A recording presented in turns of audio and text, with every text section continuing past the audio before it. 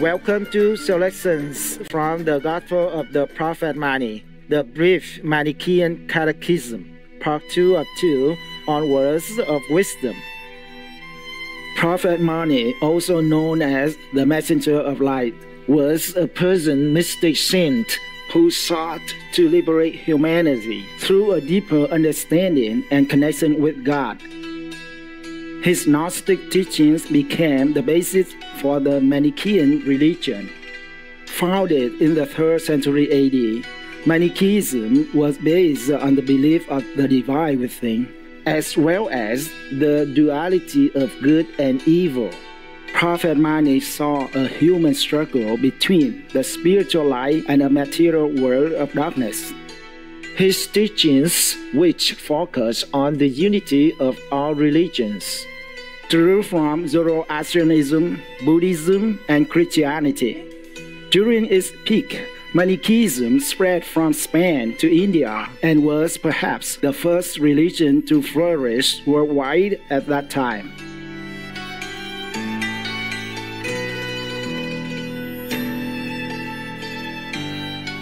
Prophet Mani was revered for his humbleness, compassion, and the spiritual salvation that he said could be attained by reconnecting with one's true self. During a lecture in 2007, Supreme Master THANH HỹI confirmed Prophet Mani's place in history as a true messenger of light. It's about Mani, prophet. Mani? Mani, yeah, Manichaea, the prophet in Iran. Yeah. And I discovered that all his disciples were vegetarian. Mm-hmm. And they also were very attentive to animals, like they kept something in when they walked, they walked a lot in their mouths not to eat insects and all this. Uh-huh. They wear the mask? Yeah, they wear a mask. And also Mani was using the teachings of the Buddha when he was in China, mm-hmm. and also the teaching of Jesus when he was more in Europe. So I wanted to know if he was actually really a master and initiating people. He was a great master. Thank you, Master. Yeah, a good master, a real master, yes. Like 5th level, yeah? Okay, thank you. I'm sure he was very greatly enlightened. Mm-hmm. You can tell by the way he taught, Mm-hmm. Yeah? Yes, he was very universal for yes. that time. Then it's good. And loving animal people and all that, then it's correct, yeah. Today, we will continue to share with you excerpts from the Gospel of the Prophet Mani, the brief Manichaean Catechism. What is the reward of righteousness? The purifying of the individual soul from all defilement and its victorious entry upon eternal life in the blissful land of light with God and all the angels and happy souls. What happens to the wicked? Those who deliberately prefer evil to good make the freeing of the soul from matter impossible for themselves. Then they take birth after wretched birth in matter, till they become so grossly material that there can be no escape, and that is hell. So, Manichaeism teaches reincarnation? Yes, as a hell or as a purgatorial suffering, involved in being attached to the fleshly body and its delights. Love for the body necessarily causes its reproduction age after age. How do rebirths come to an end? When the soul turns from bodily desires to a full yearning after the spirit, from worldly pleasures to devotion for God, His messengers, and His church, it can no longer be born on a material plane, nor can it even wish to be. What is death? Death is the temporary or final release of the spirit from its material prison.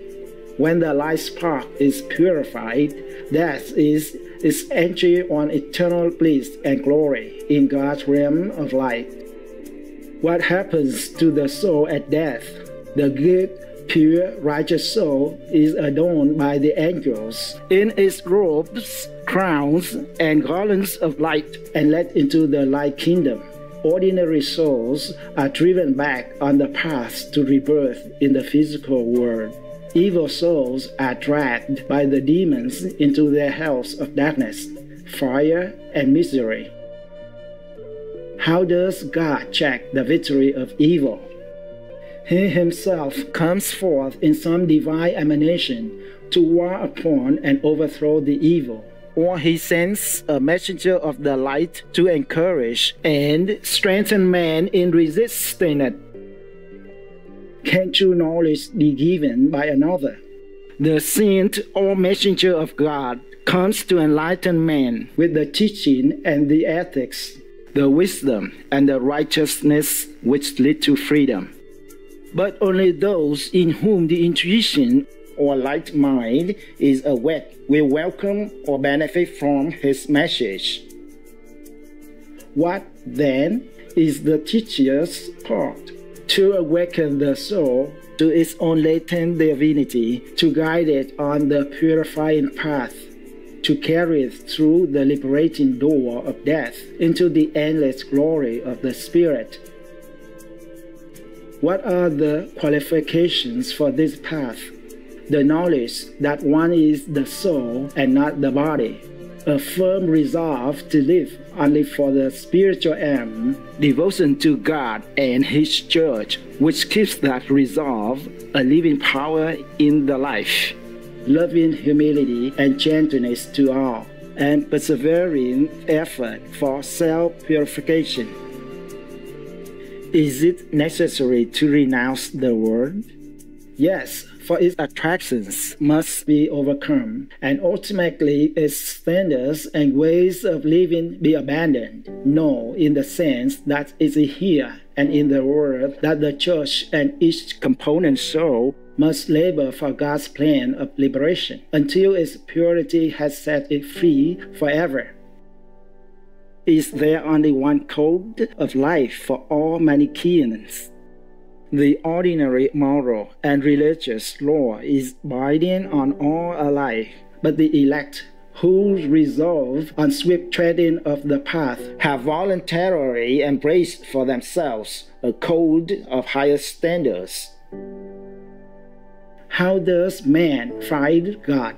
Roused by God's messenger from the drunken sleep of fleshly ignorance, he realizes his identity with spirit and his temporary bondage to the body. Then he resolves to be free and patiently works at his own liberation, refining his thoughts and practicing all spiritual virtues till he is pure enough to see God in the hour of death. Where then is God? As eternal King of the spiritual light realm, he dwells transcendent over all that is. As manifest in the powers of the light, he wars for its total liberation from the aggressing darkness. As immanent in every atom of matter everywhere, he awaits that liberation which he alone can bring about. Has he any real temple? He is immanent in everything and manifested there to the seeing eye. Therefore God's temple is the universe, and every particle within it. Sacramentally, but more especially, is it the heart of the saint who longs for him. What are the gods and angels? They are emanations or expressions of the nature of the one God, the King of light and Father of all, come forth from him to bring about his final victory over evil. What is our relationship with them? They aid our struggle to escape the darkness of matter, and we must not fail to reverence, love, and worship them as our champions, protectors, friends. Who are the messengers of the light?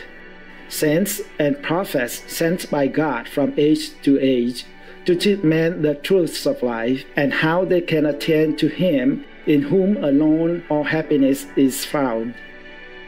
What is the Church? It is the organized assembly of the faithful souls called by God and His messenger to choose the light and to labor for its freedom everywhere from the darkness. It is a wonderful unity in Him, based on love and wisdom fully shared. What happens when soul is wholly freed? The physical world created for its freeing seed to exist. The light becomes supreme, while the darkness and all evil, together with those who choose to merge therein, are forever subdued or sunk into oblivion. What is the final goal of all life? The freeing of the soul from all defilement, so that it shines with God's pure glory and can live eternally in the bliss of His realized presence and a sort of mystical unity with Him. Is this a dualist religion? Most certainly it is, in the fullest possible sense, for good and evil, spirit and matter, light and darkness, are eternally independent and opposite forces, between which every individual soul must choose. Sum up this religion in a few words. It is the teaching of God's prophets which awakens the soul to a knowledge of its spiritual nature, so that it strives under its guidance to purify and free itself from the defilements of material darkness and ignorance. Economy forced me to become a vegetarian, but I finally started liking it. His Excellency Dr. A.P.J. Abdul Kalam, Ph.D., vegetarian. Kind viewers, thank you for joining us for today's show on Words of Wisdom.